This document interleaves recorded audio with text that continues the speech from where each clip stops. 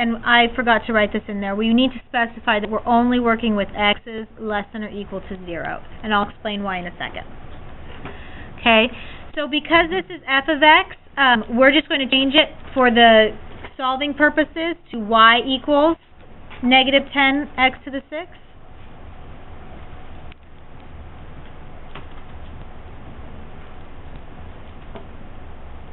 And to find the inverse, what do I need to do? Switch x and y. So this should be x equals negative 10y to the 6. And I need to solve for y here. So what do I need to do first? Divide by negative 10. So those guys cancel. And we have x over negative 10 equals y to the 6th. And I need to get rid of that y to the 6th, so I just have y by itself. So what do I need to do? Very good. I need to take the 6th root. Good job, guys. So I take the 6th root, so those guys cancel. So I'm going to get y inverse equals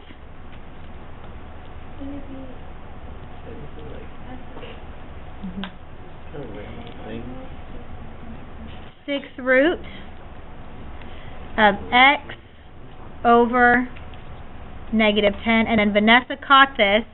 Our original problem has f of x, so we need to change that y inverse to f inverse of x equals the 6th root of x over negative 10. So this is actually my answer right here.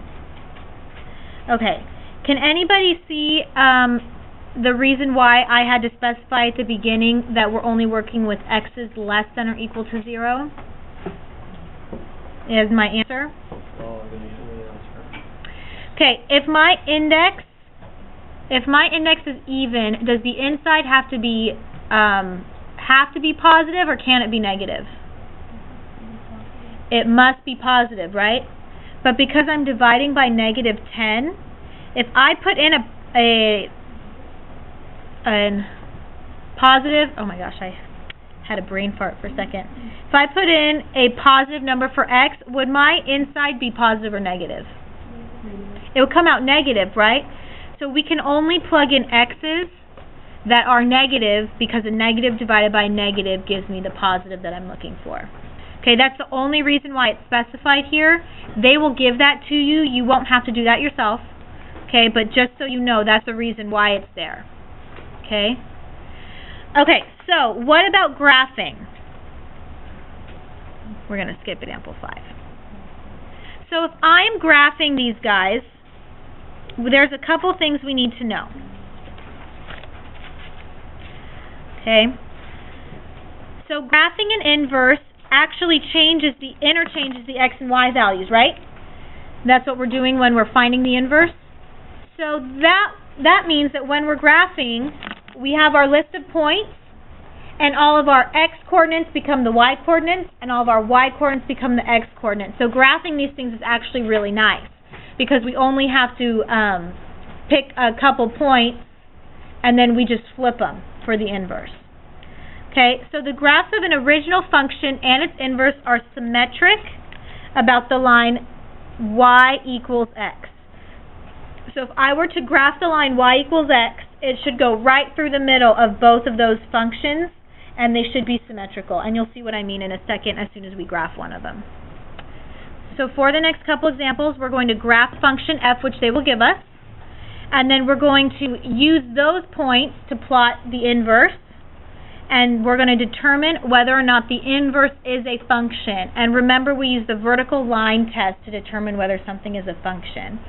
If I'm using the vertical line test, remember that means that I have a vertical line, and as I scan it through the line that I'm testing, does anybody remember how many times should the vertical line hit? Only once. If it hits more than once, it is not a function. So we have an example of one that is a function and one that is not. Okay, let's look at example 6 first. So my function is f of x equals 2x minus 1. So all I'm going to do to graph this is I'm going to pick some points and plot them. We're going to do an XYT chart. Okay, so my x's go on the left, my y's go on the right. Okay, and for the x's, I can really pick whatever numbers I want. So the easiest ones for me to work with, I'm going to pick 2, 1, 0, negative 1, and negative 2. So I'm going to give myself enough to where I can get a nice good line. But these are all really small, so it's going to be easy for me to work with. So if x equals 2, what does y equal? When I plug x into the equation, we get 3. Okay, so I plug x into the equation. 2 times 2 gives me 4, minus 1 gives me 3. So if x equals 1, what do I get? 1. If x equals 0? Good, negative 1. X equals negative 1. Very good. Negative 3 and x equals negative 2? Very good. Negative 5. Okay, so let's graph that one. I'm going to graph f of x in purple.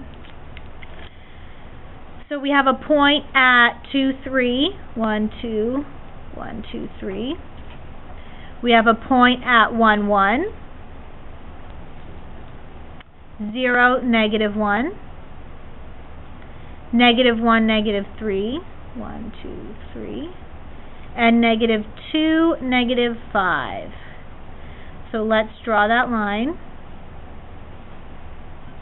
And I need to make sure I label it f of x so I know the difference between f of x and the inverse.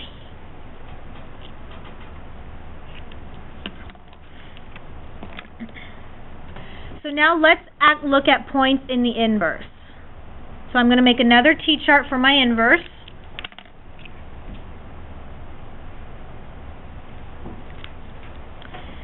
X's and Y's.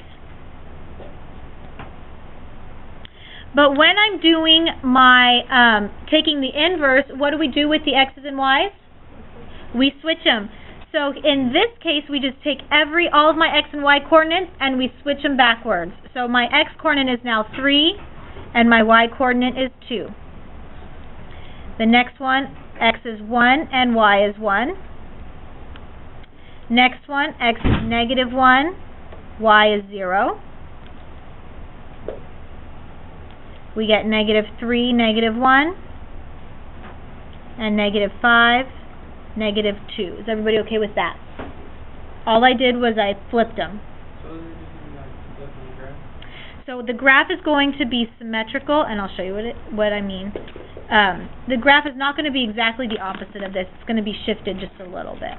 Okay, so let's plot those points. 3, 2. So 1, 2, 3, 1, 2. 1, 1. So they share that point. Negative 1, 0. Negative 3, negative 1. And negative 5, negative 2. And let's draw that one. And we'll label that f inverse of x. Okay, so what I told you all before, that these two are symmetrical about the line y equals x. That line y equals x means that for every x, y is the exact same. So it goes right through the middle, right here. And these two are symmetrical around that line. Okay, they intersect right here. And we could fold the paper on that line and we would get a mirror image of what we have. That's what the symmetrical means. Okay, but is it a function? So what I do is you can imagine it in your head, or I'm actually going to use my pen so that we can see the vertical line.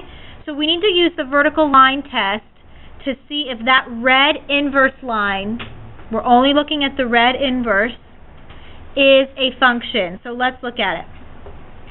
If I pass that vertical line through the inverse, does it ever intersect more than once? No. So is it a function? Yes. So the answer is yes.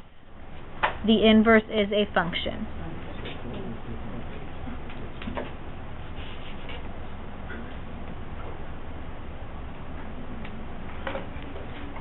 Okay.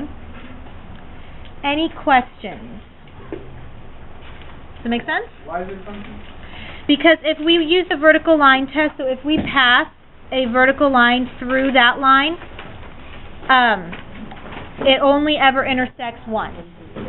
So it is a function. The next example. You don't have